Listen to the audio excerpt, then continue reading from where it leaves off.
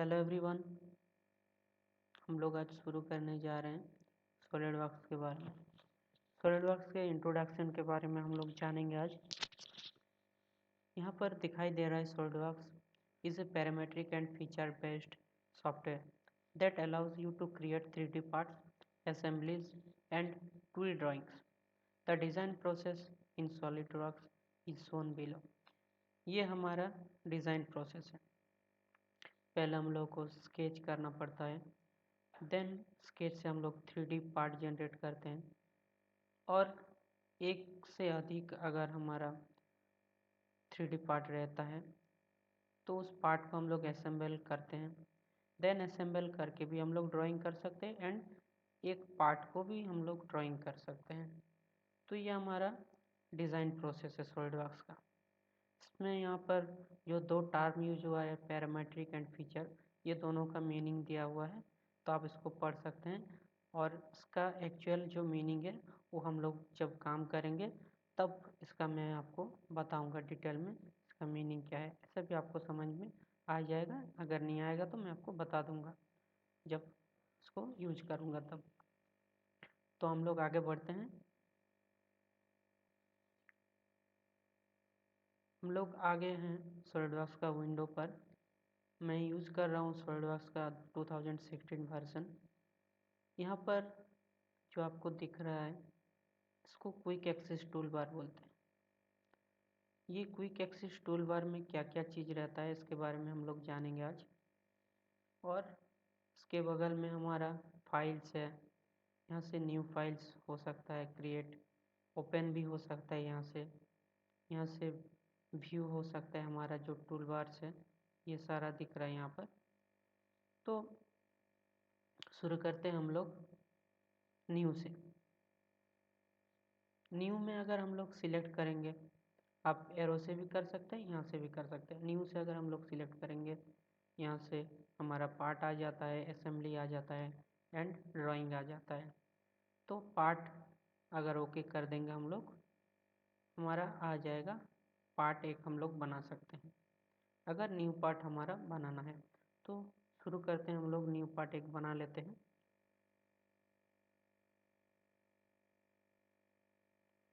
ये हमारा एक न्यू विंडो खुल गया है, इसमें हम लोग एक न्यू पार्ट बनाते हैं।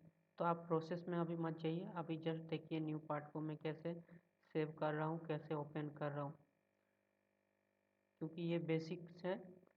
इसको जानेंगे तो फिर हमारा बाद में सारा चीज़ सीखने में आसानी होगा, ओपन करना में, न्यू पार्ट बनाने के लिए, सेव करने के लिए। क्योंकि मैं इसके बाद स्केचिंग में जाके सारा चीज़ बताऊँगा नेक्स्ट क्लास में। तो ये इसमें हम लोग देख रहे हैं एक चीज़ और, कमांड मैनेजर, इसको कमांड मैनेजर बोलता है। और इसमें ये फीचर मैनेजर है, यहाँ पर स्केच मैनेजर है, यहाँ से एवोल्यूट कर सकते हैं हम लोग, मेजरमेंट वगैरह कर सकते हैं, काफ़ी सारा चीज़ यहाँ से हम लोग कर सकते हैं।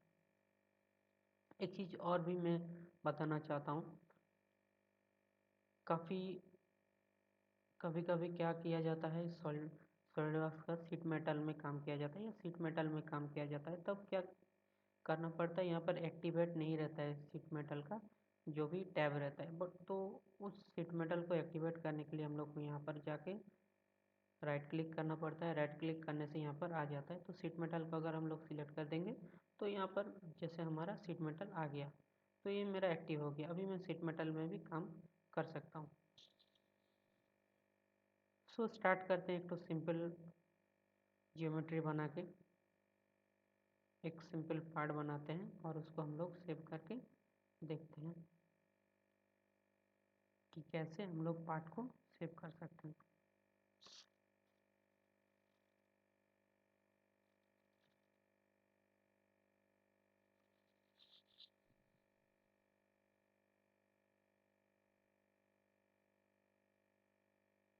या मैं चेंज नहीं कर रहा हूँ, उसको 10 mm में 10 mm में रहने देता।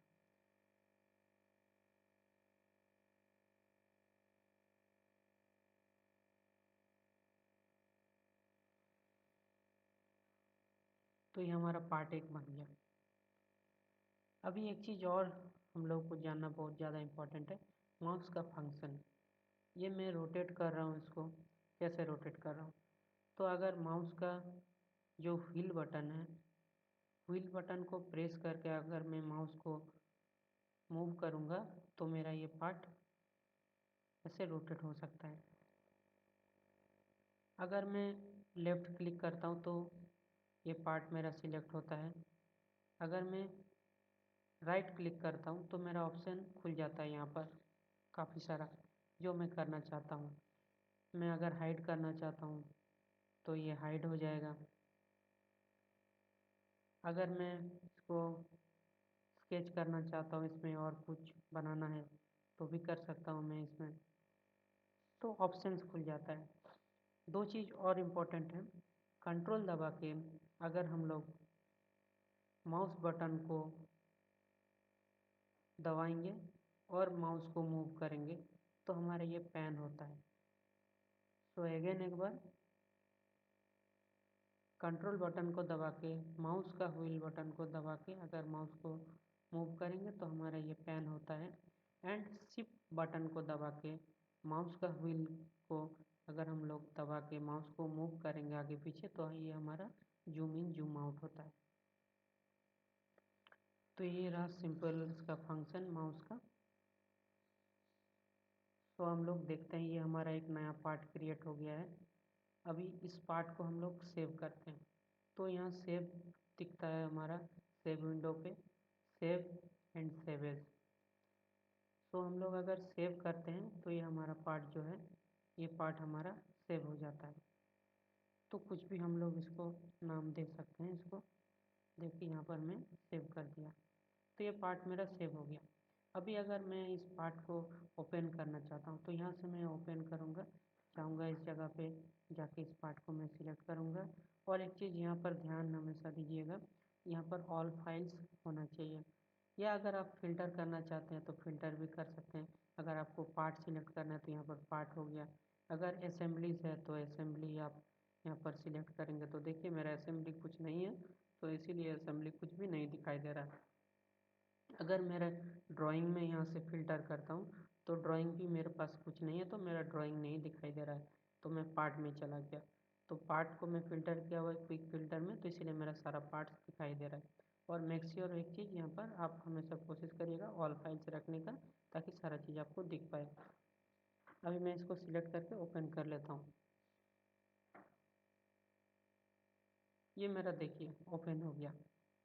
तो न्यू फाइल क्रिएट हो रहा है इस जगह से, न्यू से, फिर यहाँ से ओपन हो रहा है, यहाँ से सेव हो रहा है। ये सिंपल चीज़ है।